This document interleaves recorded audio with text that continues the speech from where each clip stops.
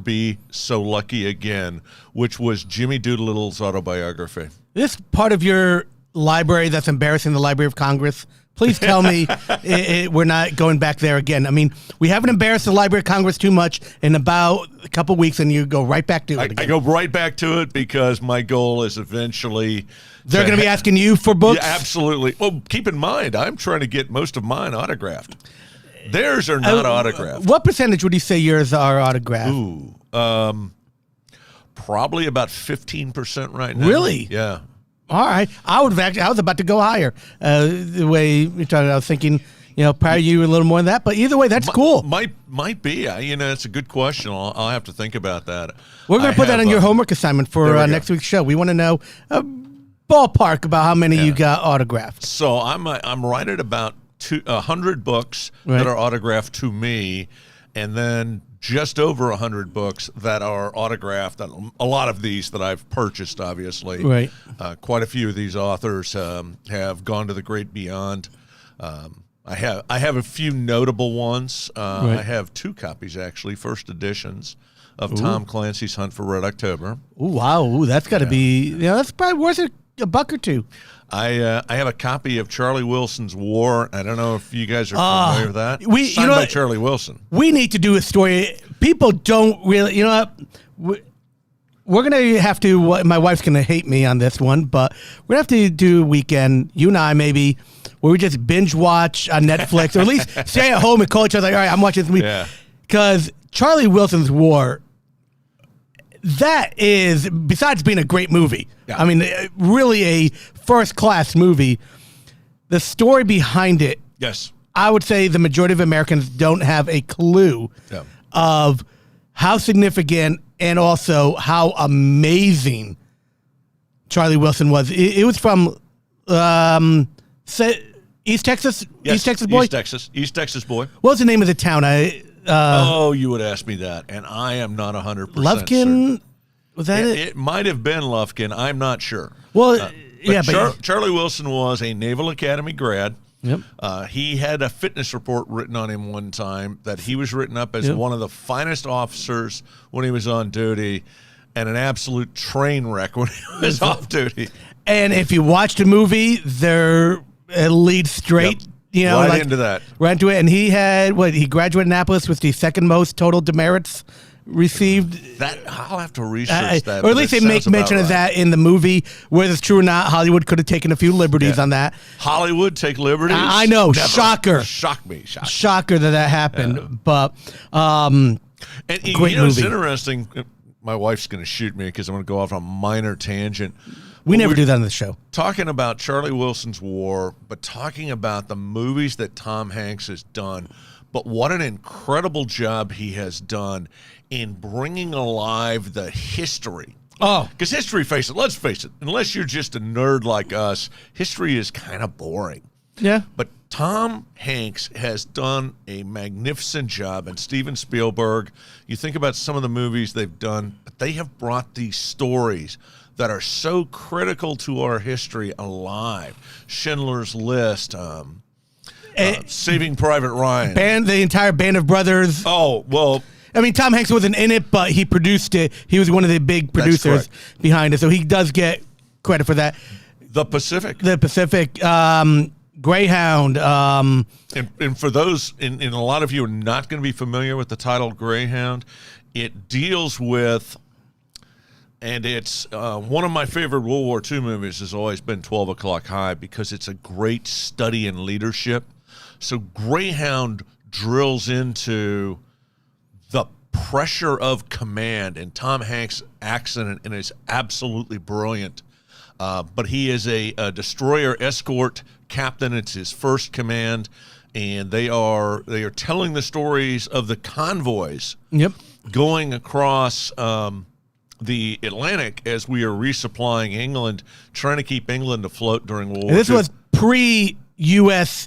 official involvement, I believe, is when it took place. I think it was just before Pearl Harbor, the time period. It may very well have been. They may have been Lend-Lease. And either way, it's irrelevant. It was just, the story is great. But what a great story to bring alive the story of the sacrifices of our sailors when they're at sea, what they were doing, the tension between them and the U-boats, the game of cat and mouse, and they're trying to herd this 30, 40 cargo ships. Right. Full of Critical supplies. Critical supplies. That, I mean, England at the time was, to say they're on life support would be putting it mildly. Absolutely. And brilliant done. I mean, he's done, between Apollo 13, I mean, it goes on and on. But you're right. He has really brought history and made it, to be honest with you, interesting for those, if you will, novice that don't appreciate it the way you and I do. Well, in a lot of it, it's you don't understand it. You have no context for it. One of the things that Michelle and I have been very proud of is that we have taken Travis to a lot of these sites. We've taken him to places. That's so I can't cool. recommend that enough.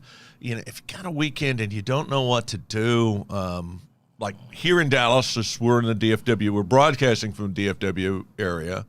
But there are areas like this in every climb and place, as the Marine Corps would say. In DFW, take the kids to the 6th floor exhibit. Oh, Let them walk through that. Very cool. Very, very cool place to go. Take a drive over to the Vicksburg battlefield in Mississippi to understand the fighting during the Civil War. There was a small... oh gosh, and now I'm going to forget the name of it. A small battlefield, Wilson's Creek, there we go, up in Missouri. Yep. But it's restored. It's a beautiful park, effectively. But you can drive through it and you can learn so much. But the history of it comes alive. And really the point I was making about Tom Hanks is, in his movies, is the people. You get to understand what was going on from the perspective of the people that were involved. Yes, that, excellent point. And speaking of people, so because we have a lot to cover in today's show. Bunch. I've got two people that we're going to start off with a little bit of our knowledge bombs. You may have heard of this name, may not know exactly what this name is in relation to, and I'm only going to touch a little bit on it. But, for all rights and purposes, well, we're not going there quite yet. Not yet. That one, most people.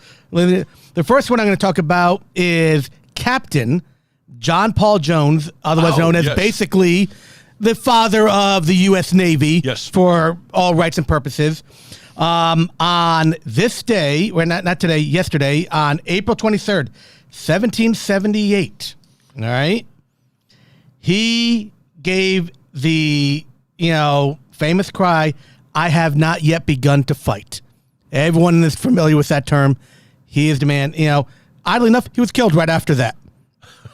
But I mean, it's not funny. I'm sorry. Oddly, he was a incredible leader, and it was his brilliance. He was young. He was a young man. Out there commanding these naval vessels. He was not even American born. He was Scottish. Well, at that point in time, which would make sense. Almost no one in America that was fighting in the American Revolution was very American few. born. Actually, technically, nobody was, because America did not exist yet. Well, okay, there you go. Technically speaking, there were no Americans yet.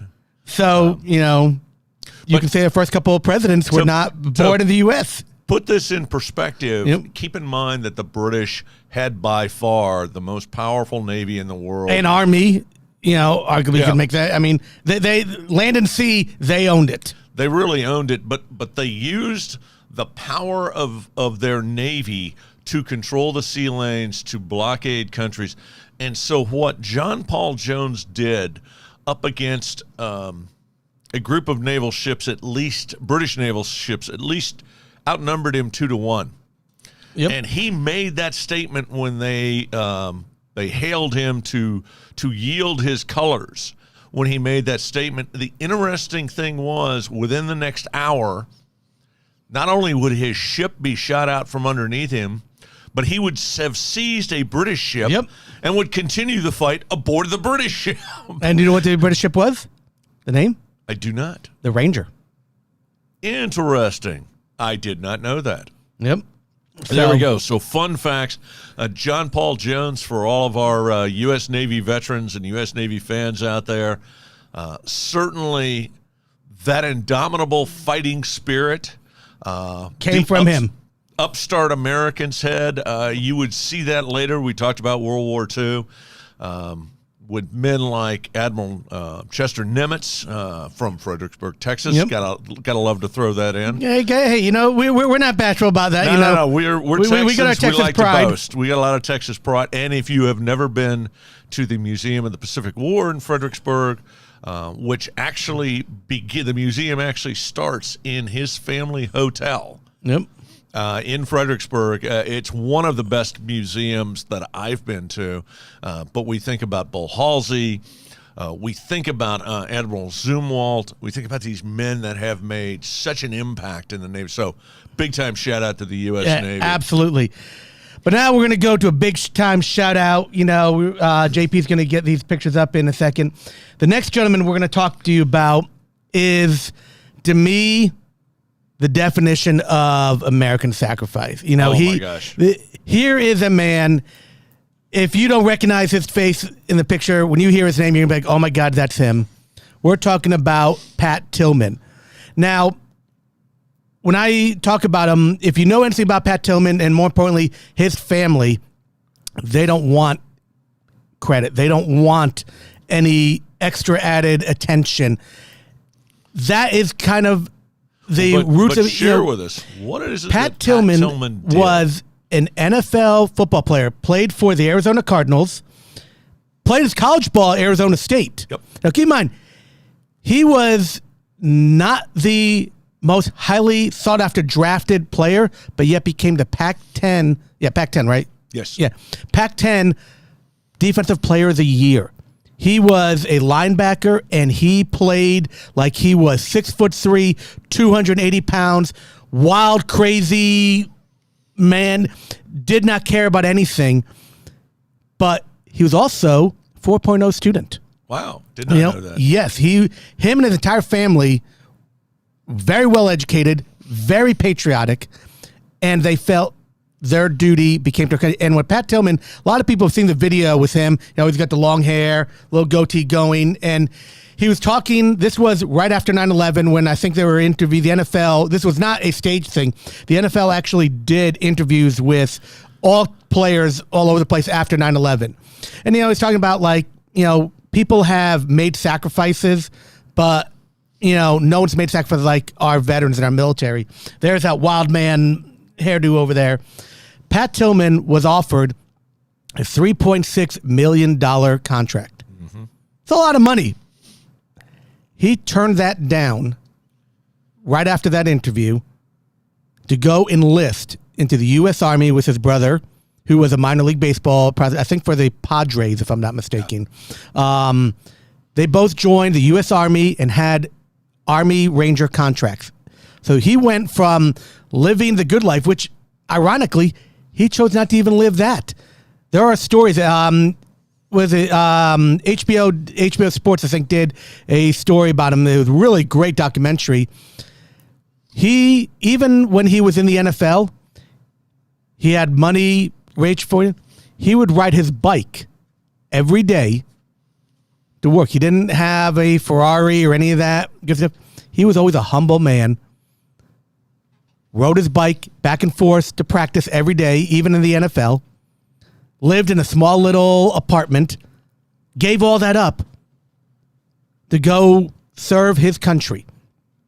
So I'm reminded of a meme that I saw actually yesterday, and it really hit home. It was my cousin Ronnie down in Houston. Speaking of cousin Ronnie, if you're listening, I hope your health is doing well. He said some struggles, but it said we live in a society that counts your money, that counts your pounds, that counts your calories, and counts your steps.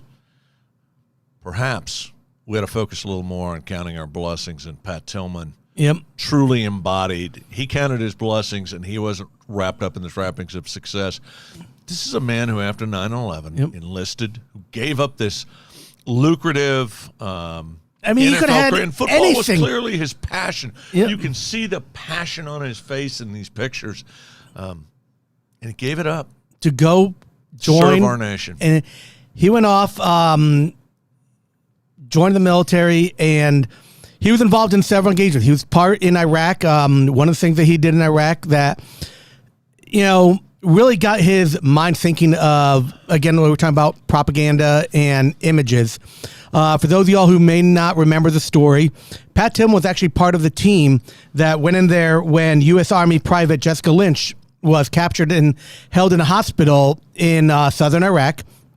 He was part of the Ranger unit that went in there to rescue her. One of the things that Pat Tillman said in an interview afterwards was, we didn't need to rescue her. We could have just walked in there, grabbed her, and walked out. But they made it into a fiasco, so to speak. And that really rubbed in the wrong ways. Like, we don't need to be glorifying what we do. And he was very, very passionate about that, saying, war is not like the movies. No. Why are we trying to make this thing into a Hollywood production? And that really bothered him quite a bit.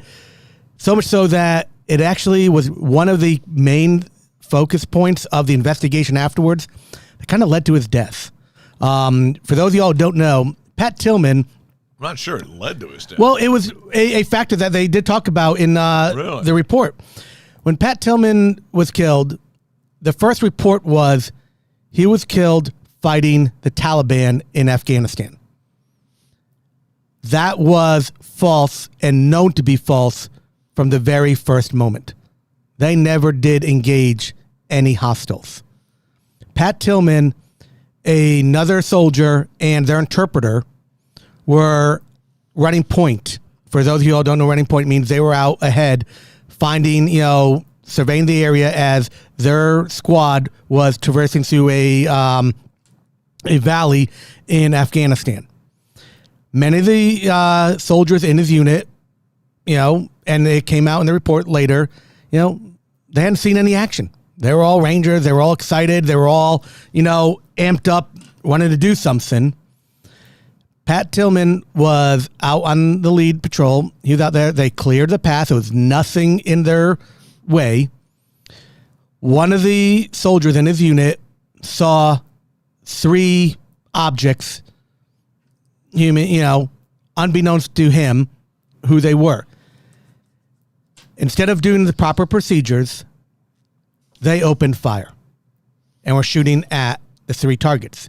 Those 3 targets were Pat Tillman, his interpreter, and another soldier. As they were going down, Pat Tillman was yelling, "Hey guys, stop shooting. I am Pat Tillman. I am Pat effing Tillman." And according to the report, those were his last words that he spoke, and he was unfortunately killed on what's known as blue on blue or friendly forces, friendly fire. I can assure you there is no such thing as friendly fire. And his death, while tragic, what made it even more tragic was the after cover-up. They tried glorifying him as dying by the hands of the enemy when he was actually killed by his own men. You've used 2 terms, and unfortunately, the difference between them may be where you sit as you view an incident or you consider something that's happened. The difference between PR and propaganda. Yep, I agree. And that's that. It may be a difference without a distinction, but it's one of the things that is frustrating. It is a problem that I fear in our nation is only going to get worse, in that we have a media that is driven to dig up dirt and present things in the worst light possible. And we have a military who has their own self-interest. Yep. As any organization, as any body will, they want to present themselves in the best light possible. And sometimes the real victim is the truth. Yes. As many of our listeners know, my little brother is Baby Bro. Bonus points if you know the reference to Baby Bro and the HBO series. Give you a little hint there. He did 5 or 6 trips to the sandbox. I used to joke that every time he deployed, bad stuff happened in the world. He was part of the humanitarian efforts in Bangladesh. He was part of the 1st Marine Unit to go feet dry into Afghanistan when we actually invaded. He was deployed during this tsunami that wiped out huge portions of Malaysia, and they actually offloaded the majority of their heavy equipment for the French to use. The French still had a prominent force there and were part of the rescue efforts. But it was amazing when you sit around, as military guys are prone to do, and have a few cocktails, and the stories start to come out. And I think the one constant, and sorry I took a minute to get to the point, but the one constant has been what a poor job the media has done telling the story of what's actually going on. And one of the stories that he was the proudest of is they were part of security for Iraq's first truly free elections in 20 or 30 years. It had been a great deal of time. Yeah, it had been 30 years because Saddam was in power for 27 years. Okay, so yeah, I was pretty close. It's not bad off the top of my head. But it's tell the story. Unfortunately, friendly fire incidents happen. We're not proud of them. No, they're horrible. They work very, very hard to try to keep it from happening. But I can only begin to imagine the adrenaline running through these hard chargers' minds when they're out in the field, when you haven't had a lot of true experience. Winston Churchill said there is no better feeling than to be shot at without success. But until you've been shot at, you don't know that. You can't know that feeling. Yep. 100% agree with that. I hate that it happened. But if there's one thing I wish our generals could get through their thick skulls sometimes, you know what? The truth will set you free. Yep. Bad news does not get better with time. No. And that was one of the big lessons that was taken away. You know, I mean, they tried to glorify Pat Tillman, and right to a certain degree, rightfully so. But he never viewed himself as a hero. He never wanted to be a hero. Never wanted to. But how many times have we talked about our Medal of Honor? Exactly. And none of them. Not everyone, I think, would give up that blue ribbon in a heartbeat to have their men back with them. And I guarantee they would all say the exact same thing without 1 ounce of hesitation. Yeah. And Pat Tillman was one of those men. He sacrificed everything for our nation. Yes. And while he doesn't want to be recognized as a hero, nor does family want that, he is one of mine. Yes. You know, he is someone who, you know, you look at it, and even to this day, they still do. In fact, I believe just yesterday they ran the Pat Tillman Memorial 4-mile run, you know, because number 40, you know, there we go. They do. In fact, if you were to go to Arizona, what do they call it? University of Phoenix Stadium or whatever they call it these days, there's actually a mark on the 40-yard line. That's the Pat Tillman line. You got to love that. Yeah. You got to love that. And Cardinals have definitely embraced him, and we certainly appreciate and that. And he earned that right, you know. So on that note, we're going to go to a great portion of our show that I know Chuck has been dying, and we've led up to this. We're going to talk about probably, if you will, I'm going to give a little sports reference, the most exciting 18 minutes. Love it. That's an excellent sport reference. Yep. And we're going to talk about the significance of 18 minutes, so hang with us. We are going to retrace the story of the Texas Revolution. And before we get started, part of this has become, and I don't, speaking of baby bro, I actually got a chance to talk to his wife, and I had asked her, I said, you call Don and you ask him the significance of April 21st. Now, for me, the significance of April 21st, it's my blushing bride's birthday. We had a lot of fun. We went to the stockyard, stayed at the new Hotel Drover. Going to give them a little free press, but it is a terrific hotel. For what it is, it's incredibly well priced. It's nicer than some of the more high-end hotels we've stayed at. down in the stockyards. Did a little John Wayne exhibition across the street. Nice. So I'm gonna do a little Fort Worth Chamber of Commerce stuff.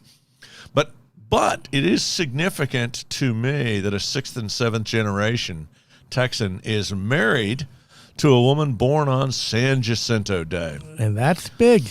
That's some pretty cool karma right there. But let's walk through again and remind everybody, and we're gonna go through this fairly quickly to get to the actual Battle of San Jacinto, which took place on April 21st, 1836. We're going to talk about the significance of 1824. In 1824, the country of Mexico had divested themselves from Spanish rule. They had kicked the Spanish out. They wrote their own constitution, the Mexican Constitution of 1824, patterned very significantly after the U.S. Constitution. And we get to the 4th of July, we're going to talk about that even more and talk about the brilliance of the Founding Fathers. But people around the world for the first time had started to recognize self-rule as an option.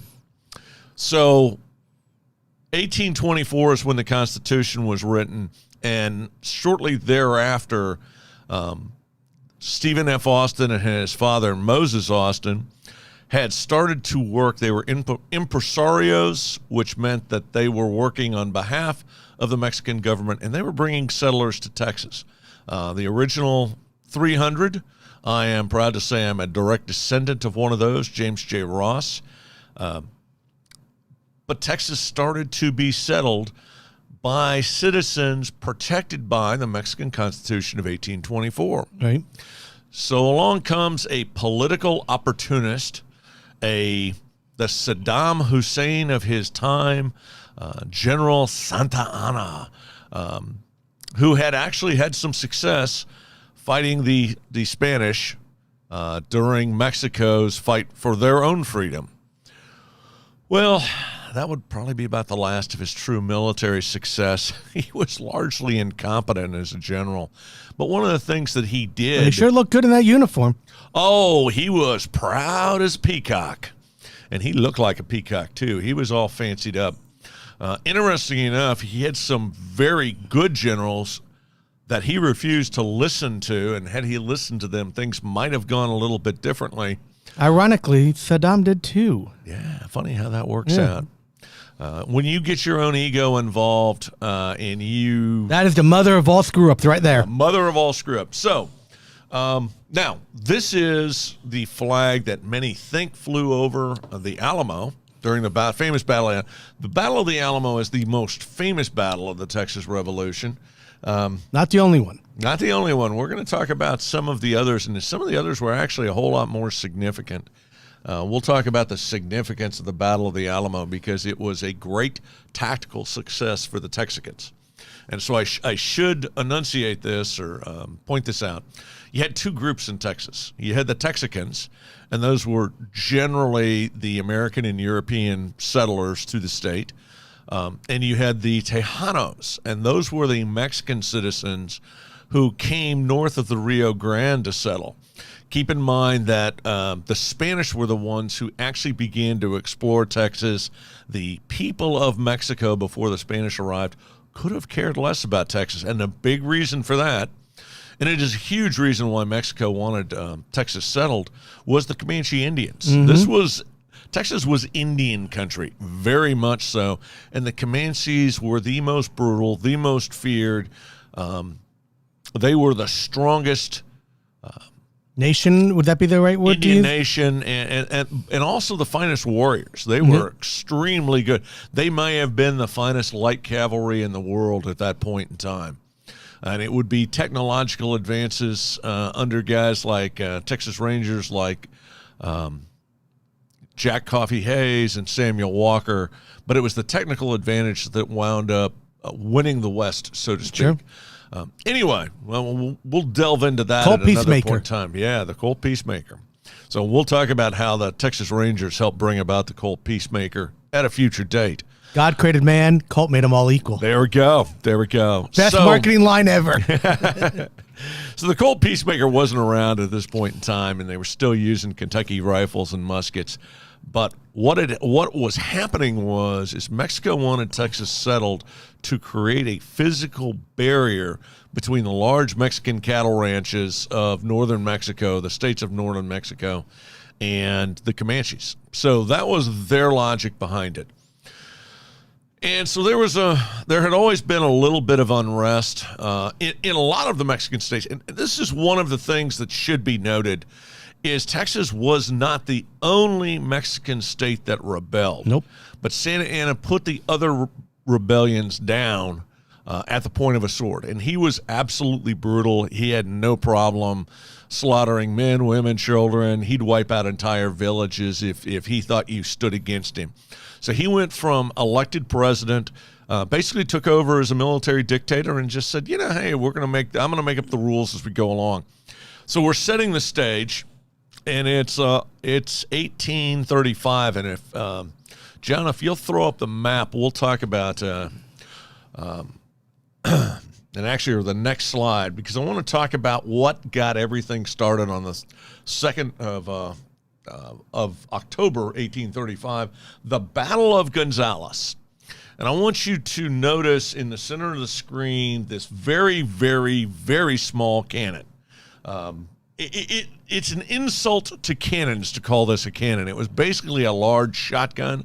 That was how it was used for the citizens of Gonzales, Texas, which is just east of San Antonio.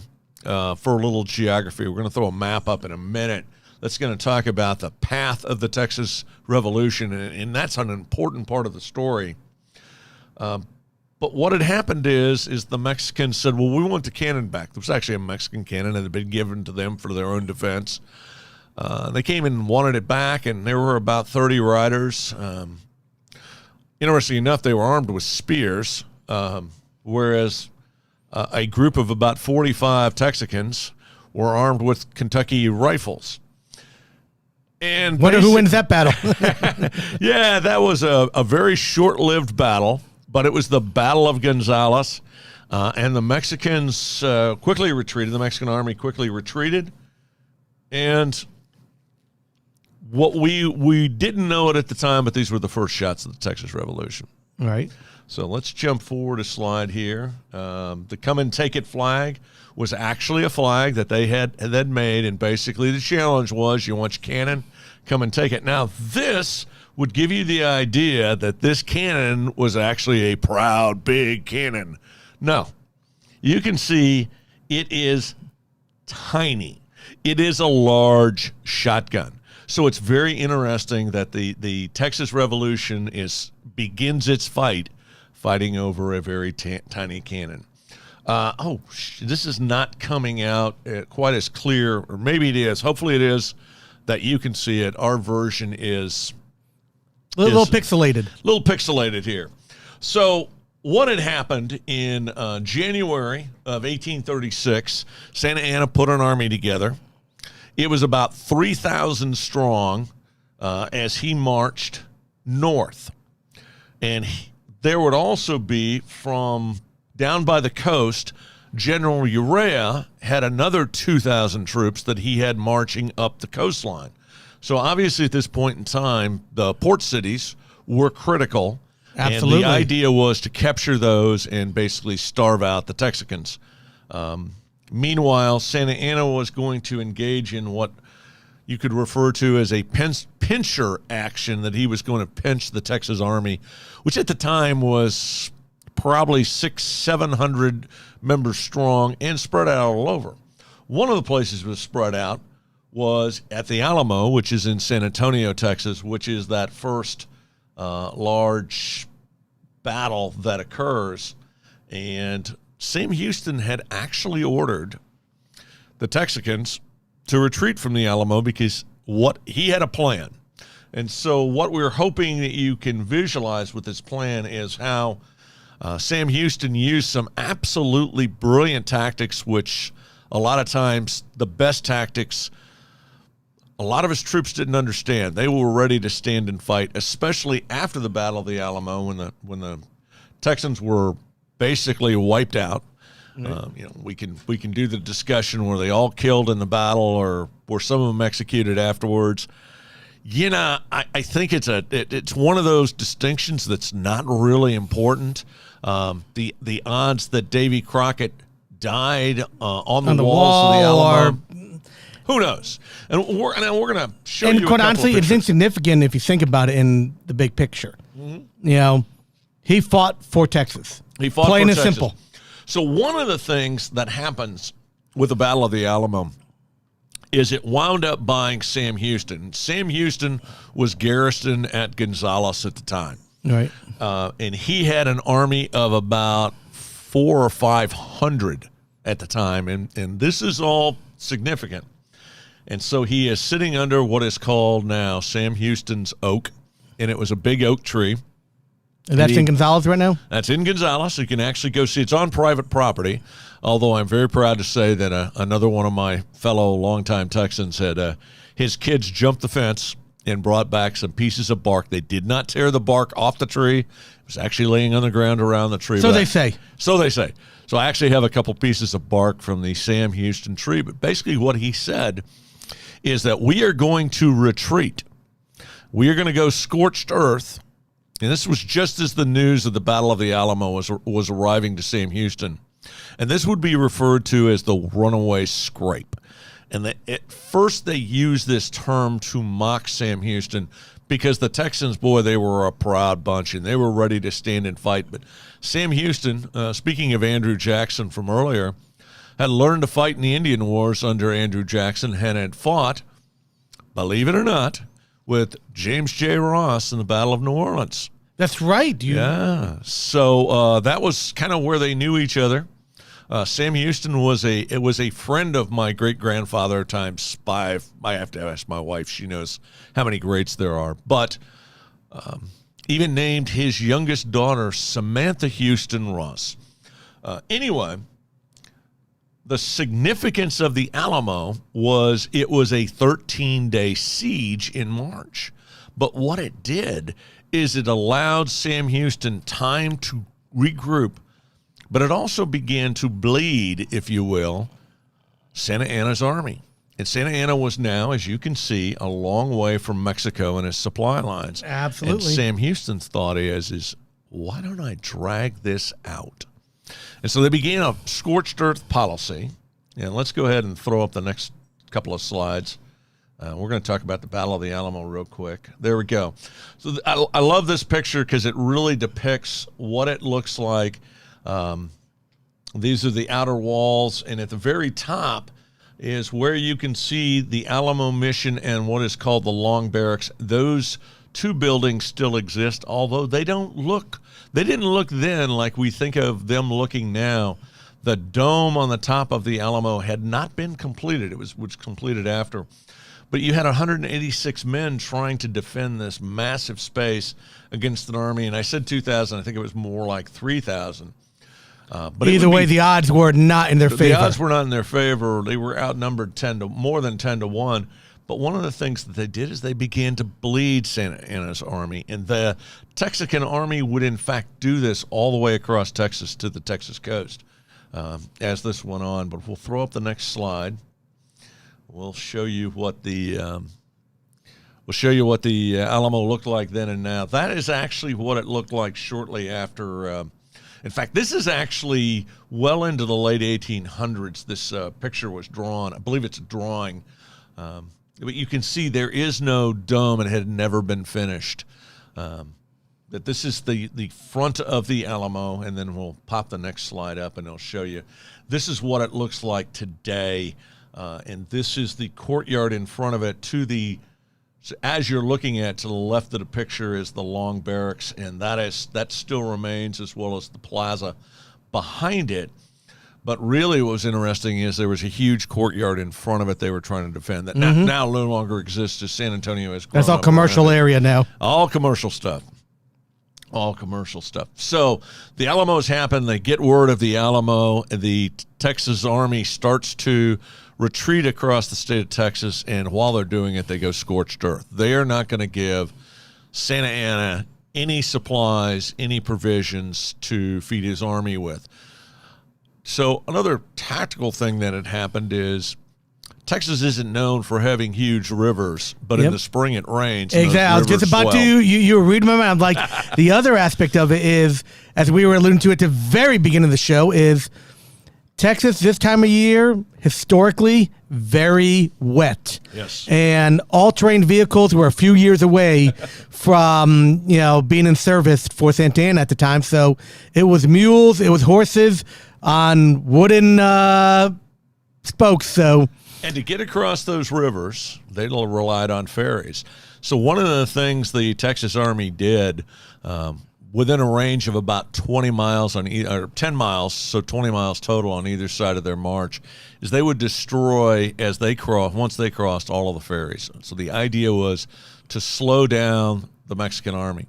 The other thing they would do is they would harass the Mexican Army with a technique learned. There we go. There's a diagram of the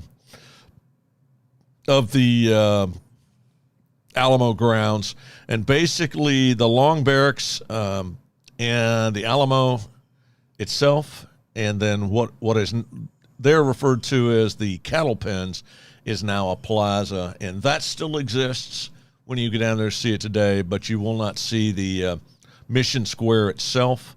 And that's all commercialized now. All commercialized, and streets and all that good stuff. But basically what was happening is they would leave 20 or so members of the Texas Army.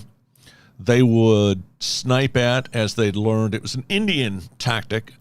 So the American fighters learned a lot from the Indians to fight the American Revolution, as Andrew Jackson learned as he was fighting the Indians as well. And Sam Houston adopted those tactics, and what would happen is the Mexican Army would stop, and they would move into battle formation because they thought they kept expecting the Texicans to stand and fight. And Sam Houston kept withdrawing. In fact, if we can pull the map back up, I want to, as we're talking about this, where we're eventually going to get to. So you can see how far it is. All the way to the right, we're going to get to Buffalo Bayou, the San Jacinto River. But basically what he's doing is he's stretching out the supply lines. So the next significant event occurs as we're coming up the coast. Near the coast is a garrison at Goliad. Yep. And the Battle of Goliad actually didn't take place at Goliad. It actually took place at Colto Creek. And what had happened was Sam Houston got word to Colonel Fannin, and he had about 400 troops. And he said, let's abandon Goliad. And we can throw up a couple of pictures of Goliad and the Presidio. And General Urrea was the Mexican general that was marching up from Matamoros, marching up along the coast. And General Urrea catches Colonel Fannin's troops at Colto Creek, and he surrounds them as they attempt to retreat. He's got them cut off, without water, without supplies, outgunned. He probably had about 2,000 troops with him as well. So Colonel Fannin surrenders. He really has no choice. Outgunned, outarmed. They march them back to the Presidio at Goliad, and let's throw up the picture of the Presidio at Goliad. Here it says 300 men surrender. I think I said 4. But a significant number of the Army that Sam Houston wanted to combine with the Texas Army. That's the memorial there that they have built. You can see the blue bonnets in the front, one of the things Texas is known for. There's Colonel Fannin.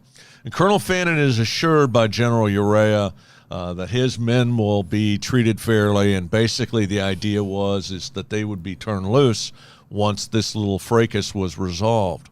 Well, Santa Anna arrives in Goliad. They've got the heck with that. Said the heck with that, and basically slaughters, executes most of the 300, 3 or 4 wound up surviving and telling the story that they were all wounded. They basically played dead. But as he had done in San Antonio, he piles the bodies up. No quarters were burns them. offered. No quarters offered. The song is Degüello.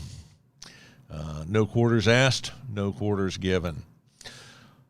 So now the Texans are furious, and they're ready to turn and fight. By this point in time, Sam Houston's army has gone from 300 to 400 to well over 1,000, and he has been able to accomplish more than a little military training.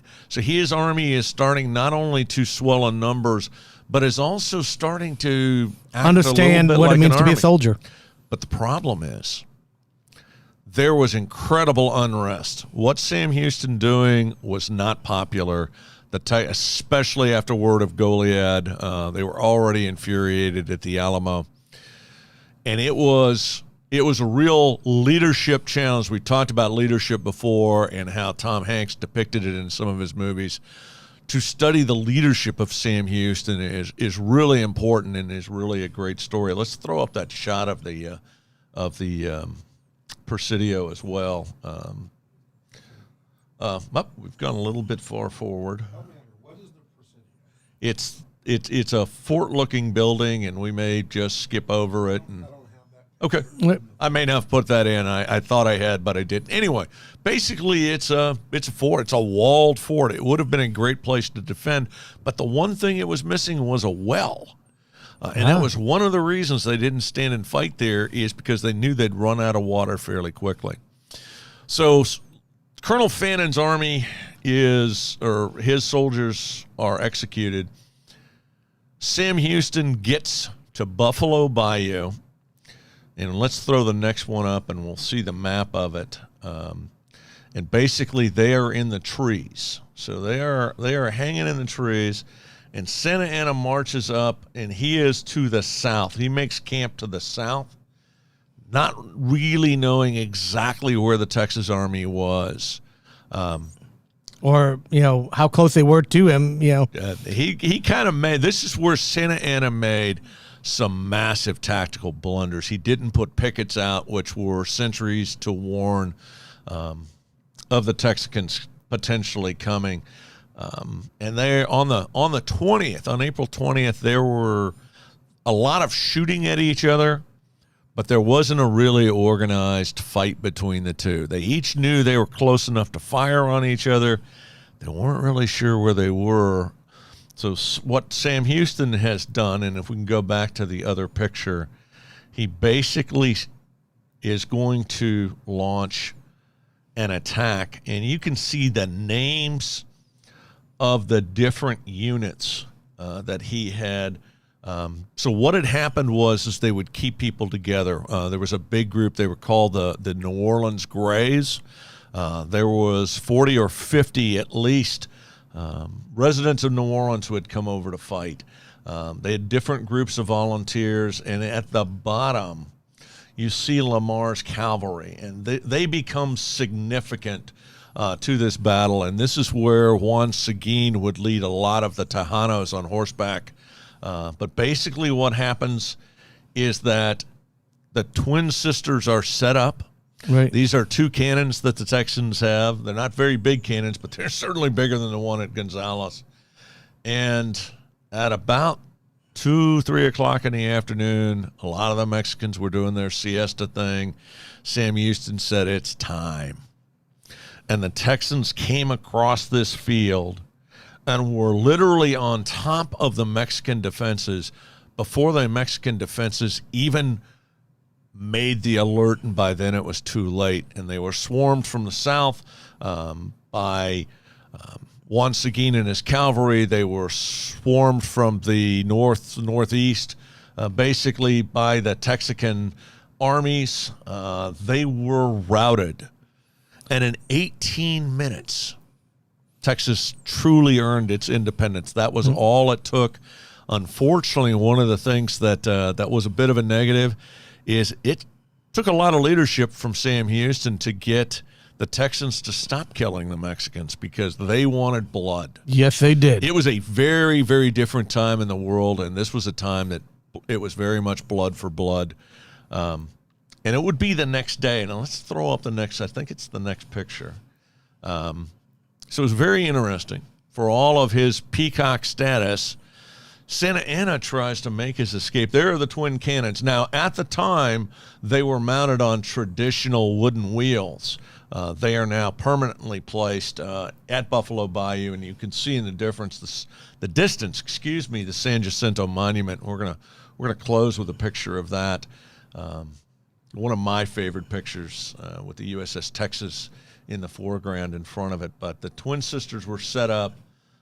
Here's one of the more famous paintings of the battle, and the Texan Army was almost the size of the Mexican Army at this point. I was just about to go, I mean, obviously morale to fight was not hard to generate at that point in time for Sam Houston, finding willing men. And so and an excellent point, the Texicans' morale couldn't be higher. Santa Anna's army probably couldn't be lower. They were tired, they were hungry, they were a long way from home. They had lost a lot of their fight along the battle, and this painting depicts, this is Sam Houston, who had injured his leg in the battle. From the movie, his horse was shot, and that's what he Yes. fell and broke his leg, if I'm not mistaken. That is correct. So he is laying under, and he is receiving this gentleman in the uniform of a Mexican private. And one of the reasons they suspected this guy wasn't a private was as he was walking through, the men bowed to him as if he were an emperor or a king. So while Santa Anna may have called himself a president, he saw himself as an emperor, just the opposite of George Washington. And so Sam Houston continues. Obviously, the Texicans wanted to string him up. This is a picture taken in the very late 1800s or early 1900s. These are the last survivors of the Battle of San Jacinto. So I always thought that was a pretty cool picture. And you can see the Texicans make Duck Dynasty look good. Yes. This is very much the pictures of my settlers. Here's the picture that's now being thrown up. This is the USS Texas in front of the San Jacinto Monument. The USS Texas is a World War I battleship, but it actually fought at D-Day. It was it was the only battleship that was in both World War I and World War II. Did not know that. So we're very proud of that. And Baby Burrow was commissioned aboard this one very cold February day in 1990, going back a few years. He is about to wrap up a 30-year Marine Corps career, so we're kind of proud of him. Is there one more map? Did I put the other map up? Oh, I am so disappointed. So but let me finish with, and we'll talk about this, kind of one of the places we wanted to really wrap up the significance, especially of these 18 minutes. But Sam Houston continued to be a visionary. At the time they caught Santa Anna, most of the Texicans wanted to string him up. Get a rope, baby. That was called, what, the Blood Tree, wasn't it? That's true. Now, Sam Houston realized that General Urrea was south of him with a 3,000 to 4,000 man army of his own, and he needed Santa Anna alive to sign the treaty. Oh my gosh, and I can't remember the name of the treaty. Basically forced Santa Anna to sign a treaty recognizing Texas's independence, which legally forced General Urrea to turn south and head home. Right. Had that not happened, had they hung, we could have been fighting Urrea and his men. Yeah, and I don't think that would have gone well because Urrea was actually a very competent general, and Sam Houston was smart enough to know you got to know when to hold them, you got to know when to fold them, and he played his cards perfectly. And unfortunately, we don't have, and it's an incredible visual, but the significance. The significance of this, of Texas's independence, which really wouldn't be truly settled. You asked me this before the show. You know, when did Mexico finally truly recognize Texas's independence? And it was not until after Texas became a state in 1845. Mexico would send troops in because there was a big debate. Is it the Rio Grande River or the Nueces River that's the border? So there was a significant battle that would actually set off the Mexican War of Mexican-American War of 1845. But it was actually on Texas soil. And so basically President Polk, and I'm forgetting which one it was. Was it Polk? Okay. Yeah. So whoever the president was, and I'm sorry, I should know that right off the top of my head, used that as an excuse to declare war. And legitimately, you've been militarily invaded another country. That is an act of war. The Mexican army thought they could win. And that would not be true. But basically, visualize, if you will, the state of Texas as it sits now, the state of New Mexico, the state of Arizona, and the state of California. All of those states were part of Mexico, at least halfway up California, major portions of Nevada and Utah, and a small portion of Colorado. None of those states would be states today without the Texas Revolution, because that would have been a major block, and what would have happened is we would have gone to the sea through the Oregon Territory, which is largely Northern California, Oregon, and Washington, the upper half of Utah, Colorado, states of that nation. So the states that were not covered by the Louisiana Purchase. And what would have happened, and it would have been it makes history very, very different.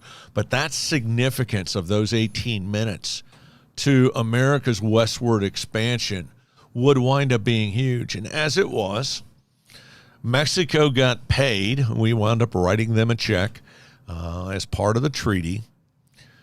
We wrote them a check, and we obtained land. Now, the interesting thing is another thing I mentioned before we were on the air. The people of Mexico had never made any claims to the land that we currently think of as the United States. That was actually the Spanish on their quest for El Dorado and the city of gold. They were the ones who'd come north. Did not know that little fact. Yeah. And if you go back and look at it, and really as the desert starts to hit, or begins in New Mexico and Arizona, the people of Mexico, the actual Mexican people, not the Spanish, didn't come north. The Aztecs, the Mayas, the Incas. Well, the Incas were down in South America, excuse me. The Mayas and the Aztecs. So we have talked our way through another show. We are wrapping up some some Texas history. But a very significant part of American history, because without it, America, as we know it today, would not be the America we know today. We paid tribute to two great Americans who sacrificed everything in the name of our nation, both John Paul Jones and Pat Tillman. It's awesome. We enjoy sharing our knowledge of history and our passion for the men and women who made our country what it is today. It's going to kind of wrap up things for us for today's show. Hope you all enjoyed it. Make sure you tune in next week, because we are going to have more fun activities, more interesting topics of how this nation became the nation we love and enjoy today. So for Chuck and I, saying hoorah, hoorah, and see you all next week. Bye now.